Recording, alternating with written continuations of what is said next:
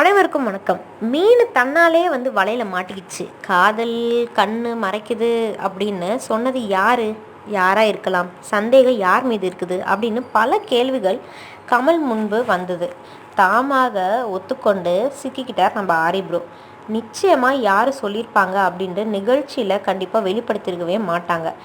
ஏன் ப்ரோ, ஏன் இனிமேல் நாமினேட் பண்ணுறதுக்கு யாருமே உண்மையான காரணத்தை சொல்லவே மாட்டாங்களே ப்ரோ? அட போங்க ப்ரோ, நீங்கள் உங்கள் நியாயத்தை வச்சு என்ன விளையாடி என்ன பண்ணுறீங்களோ. தங்காமாரி ஊதாரி அப்படின்ற ஒரு ஹவுஸ்மேட்ஸை கலாய்க்கிற விதமாகவே ஒளிபரப்பானது 48வது நாளில் தொடர வச்சார் நம்ம பிக் பாஸ்.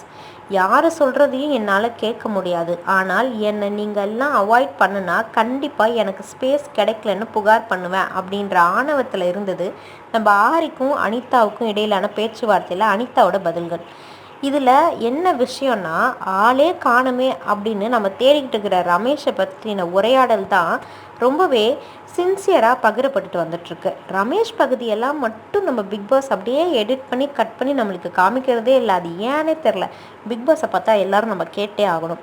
விதிமுறைகளை மீறாமல் விளையாடுங்க தம்பி அப்படின்னு நம்ம பாலாவுக்கு அட்வைஸ் கொடுத்தாரு நம்ம கமல். சரி சார் டிப்ஸை எடுத்துக்கிட்டேன் சார், இது ரொம்ப அருமையான விதமாக இருந்தது. அதே போல் சண்டையில் உங்கள் சட்டை கிழியலாம், ஆனால் எங்கள் பொருளுக்கு எந்த சேதாரமும் ஆகக்கூடாது அப்படின்னு ரியோவுக்கு கொடுத்த ஒரு ஹிண்ட்டுமே நல்லாவே புரிஞ்சுது.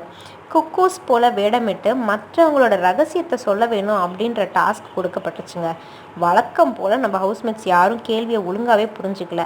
நீங்கள் சொல்கிறதெல்லாம் ரகசியமாடா, ரகசியம்னா என்னன்னு தெரியுமாடா அப்படின்ற தோணையில் தான் அவங்க எல்லாருமே பண்ணாங்க. நம்ம கமல் சாருக்கே ரொம்ப கடுப்பாயிருச்சுன்னா பார்த்துக்கோங்களேன். ஒரு கட்டத்தில் நான் பரிசு கொடுத்தாதான் நீங்கள்லாம் ரகசியத்தையும் சொல்லுவீங்க போல் அப்படின்ற அளவுக்கு அவர் பேசிட்டாரு. ரொம்பவே எல்லாருமே இதை சரியாக புரிஞ்சுக்காம தெளிவாக குழப்பினாங்க. அதுதான் நம்ம கண்டஸ்டன்ஸ், அதுவும் சீசன் 4 கண்டஸ்டன்ஸ். இதற்கிடையிலேயே நம்ம பாலாவிட இருக்கிற குறைகளை சுட்டி காட்டிய போட்டியாளர்கள் ஒருவரான நண்பர் அஜித்திடம் என்ன சொல்லியிருந்தாங்கன்னா, உங்கள் கேப்டன்ஷிப்பில் பிழை இருக்குது அப்படின்ற மாதிரி சொல்லிட்டு இருந்தாரு. உடனே எல்லாருமே நினைக்க தோணுது என்னென்னா, இது நீங்கள் அஜித்திடம் அப்பப்போ சொல்லியிருந்தீங்கன்னா அவன் அப்பப்போ கரெக்ட் பண்ணியிருப்பான், இல்லை ஏன் இப்போ சொல்கிறீங்க ப்ரோ அப்படின்னு சொல்லி, என்ன பயம், இதை முன்னாடி சொல்லியிருக்கலாம்ல அப்படின்ற மாதிரி எல்லாருக்கும் ஒரு கொஷின் எழும்புச்சு. நம்ம கேபி கிட்ட போய் நம்ம அஜித்தை பற்றி டிஸ்கஸ் பண்ணும்போது நம்ம கேபி சொன்னாங்க, அதெல்லாம் ஒன்றும் கிடையாது, பாலாவே இப்போ நம்ம குறை சொல்லியிருக்கிறோம்ல, அதனால இது ஒரு வகையான வைத்தறிச்சல், ஆனால் அவன் அப்படி தான் கொட்டி தீப்பான் அப்படின்ற மாதிரி சொல்லியிருந்தாங்க. வள்ளுவனாக இருந்தால் க்ளவுஸ் கொடுங்க, இல்லை அவங்க போட்டிக்கு ஒரு இணையானவர்கள் கிடையாது அப்படின்னா அட்டைக்கத்தியை கொடுங்க அப்படின்னு ஒரு டாஸ்க் கொடுத்துருந்தாரு நம்ம கமல் சார்.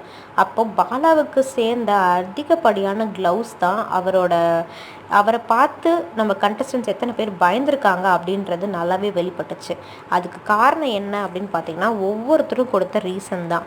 என்னவோ போங்க, 50வது நாள் வந்துடுச்சு, ஆனாலும் வீட்டில் இருக்கிறவங்களோட எண்ணிக்கை பார்த்தா அப்படியே தான் இருக்குது.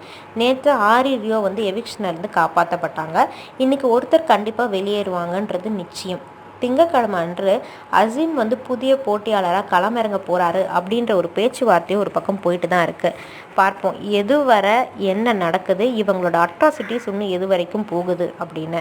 ஸோ இதுக்கப்புறமும் உங்களோட எண்ணங்கள் இந்த பிக் பாஸை பற்றி என்ன இருக்குது அப்படின்றதையும், அசீமோட என்ட்ரியை பற்றி நீங்கள் என்ன நினைக்கிறீங்க, இதுக்கப்புறம் எப்படி சுவாரஸ்யமாக போகும் அப்படின்னு நீங்கள் நினைக்கிறீங்கன்றதை பற்றியும் மறக்காமல் உங்களோட கமெண்ட் செக்ஷனில் கமெண்ட் பண்ணுங்கள்.